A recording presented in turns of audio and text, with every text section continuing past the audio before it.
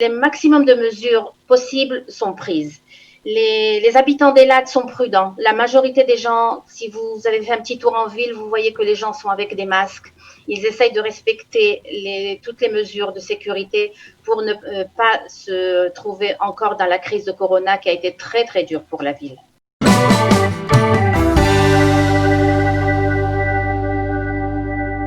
Nora Bitton, bonjour, Boker Tov. Bonjour.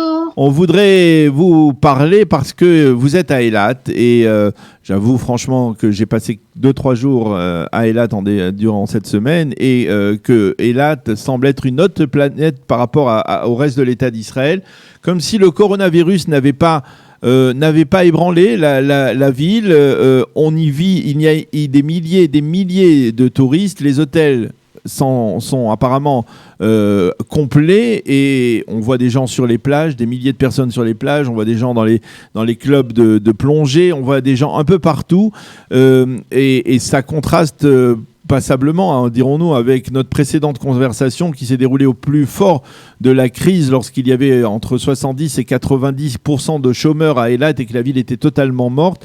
Alors, dites-nous comment Eilat a réussi d'une certaine manière à gérer la crise et comment fait-elle pour essayer d'éviter que justement elle ne soit à nouveau touchée par la crise? Alors, comme vous l'avez bien précisé, Eilat a été la ville qui a été le plus touchée, surtout du point de vue économique de la crise de Corona.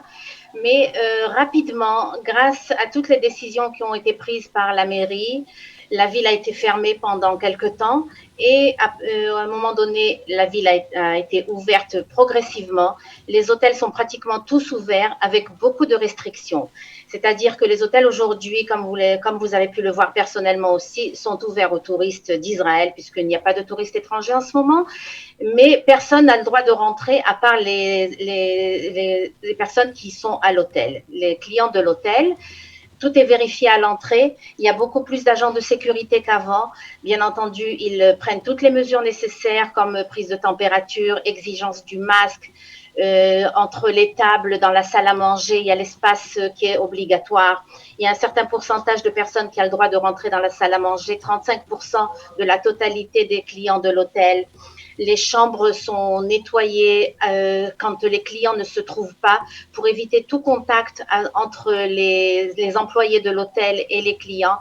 Donc, toutes les mesures, les maximums de mesures possibles sont prises. Les habitants d'Eilat sont prudents. La majorité des gens, si vous avez fait un petit tour en ville, vous voyez que les gens sont avec des masques. Ils essayent de respecter toutes les mesures de sécurité pour ne pas se trouver encore dans la crise de Corona qui a été très très dure pour la ville. Alors, ce que j'ai pu voir de mes propres yeux, c'est la manière dont aujourd'hui, eh bien, dans les hôtels, on se restaure. C'est totalement différent. Enfin, on va dire, c'est différent de ce qui était avant l'ère du Corona. On ne se sert plus dans les hôtels, dans les restaurants des hôtels, dans les buffets, mais on vous sert. C'est-à-dire qu'on vous interdit de toucher la nourriture, n'est-ce pas? Tout à fait. La majorité des choses sont emballées sous cellophane pour éviter qu'une personne touche et qu'une autre touche après, pour éviter tout contact humain. Les serveurs, comme vous l'avez vu aussi, sont avec des gants, sont masqués. Toutes les mesures de sécurité, d'hygiène sont prises pour que la ville puisse continuer à vivre en fait et à recevoir aussi tous les gens qui sont avides de vacances et qui sont aujourd'hui à Eilat. Si vous avez fait un tour, on a retrouvé les rues avec des embouteillages, les parkings où on ne trouve pas de place pour stationner, mais on est très content de cette situation. Alors, comment faire pour que cela se poursuive? Et la question que je voudrais vous poser, c'est est-ce que finalement ces touristes israéliens qui viennent à Eilat, pour certains parce qu'ils ne peuvent pas partir à l'étranger, c'est d'une certaine manière un peu un zeste d'étranger à Eilat aujourd'hui, de Chutz Laaretz que l'on peut vivre à Eilat, ou un palliatif si l'on peut dire, eh bien comment est-ce que cela va compenser sur le plan économique l'absence très marquante des touristes étrangers? Pour la ville d'Eilat, je crois que ça remplace. Les Israéliens dépensent énormément d'argent. Les magasins sont pleins de personnes qui achètent. C'est un petit peu une compensation de toute la période de confinement qui a été dure pour tout le monde. Pour le pays, je ne sais pas exactement vous dire si le manque de devises étrangères, Oui. je suppose que ça a une influence point de vue économique, mais pour la ville, je pense que les Israéliens remplacent en ce moment les étrangers. Bien sûr qu'on aurait bien voulu voir du tourisme de France et de tous les autres pays comme on en voit tout le temps en été, mais cette année, elle est un petit peu particulière, alors on fait avec. Quel est, Et une autre chose que j'aurais Oui. aimé vous dire aussi, c'est que la ville a proposé au gouvernement tout un plan pour que la ville d'Eilat soit reconnue comme ville verte, ce qu'on appelle, donc, c'est-à-dire bien protégée du corona. Entre autres, que chaque personne qui rentre dans la ville ait droit à un test dans l'immédiat, avec des résultats aussi dans un laps de temps très très court. Et là, vraiment, la ville sera protégée. C'est en cours pour parler avec le gouvernement et nous espérons vivement que toutes les demandes de la mairie d'Eilat soient acceptées.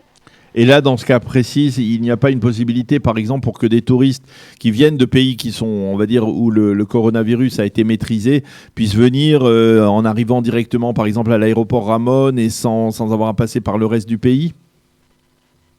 C'est une décision gouvernementale, je pense. Ce n'est pas la ville qui peut décider de quelque chose dans ce domaine. Pour l'instant, Ramon, à part les quelques vols de Tel Aviv qui même étaient menacés d'arrêter, mais grâce à Dieu, ça continue pour le moment. Il était question qu'Israël ferme ses vols? Tout à fait. Israël avait menacé que si elle ne recevait pas une aide du gouvernement, elle arrêterait les vols de Tel Aviv, ce qui aurait été vraiment grave pour la ville d'Eilat, surtout pour les habitants, surtout pour les médecins qui viennent de Tel Aviv et les malades qui se retrouvent obligés de voyager en avion tous les quelques temps pour avoir des soins médicaux. Alors, qu'est-ce que l'on peut souhaiter à Eilat pour ces mois d'été, pour les prochains mois, la saison de l'automne et de l'hiver? On souhaite que la ville soit aussi pleine qu'elle l'est aujourd'hui et qu'on ait de moins en moins de cas de corona. Les gens qui sont en confinement respectent tout à fait le confinement. Je parle même de franco-israéliens qui reviennent de France en ce moment et respectent tout à fait les consignes, ne sortent pas du tout du pas de chez eux. Et la police aussi vérifie que ça se fait selon les consignes et qu'on ait de meilleurs jours pour tout Israël et pour tout le monde entier. Eh bien, c'est ce que l'on vous souhaite, bien entendu, à Eilat. On espère qu'Eilat continuera à sortir de cette crise haut la main avec donc une relance économique, comme on peut le constater en tout cas de visu lorsqu'on est sur place. Merci beaucoup, Nora Bidon, d'avoir été avec nous ce matin. Je rappelle que vous êtes fonctionnaire à la municipalité d'Eilat et projectorite pour la Clita des Olim qui viennent s'installer à Eilat. On espère qu'il y en aura aussi beaucoup ces proches. Vous avez des annonces d'Olim de France qui ont l'intention de venir s'installer prochainement d'ailleurs? Oui, j'en ai quelques-uns qui sont déjà là, qui ont fait leur alia, qui sont en confinement. Il y a d'autres qui déposent leur dossier par Eilat, ce qui leur facilite aussi tout le processus. Et il y a d'autres qui sont en contact avec moi par la France. Ah, donc il est plus facile de faire son alia aujourd'hui par Eilat que par le reste du pays? Si on arrive à obtenir les documents, s'il y a quelqu'un en France qui prépare les documents et qui les envoie, c'est plus facile. Oui. Ah ben c'est intéressant. Rapide et plus facile. Eh bien, merci beaucoup, Nora, d'avoir été avec nous ce matin sur Studio Kalita et bonne continuation. À bientôt. Merci à Kalita, merci à vous.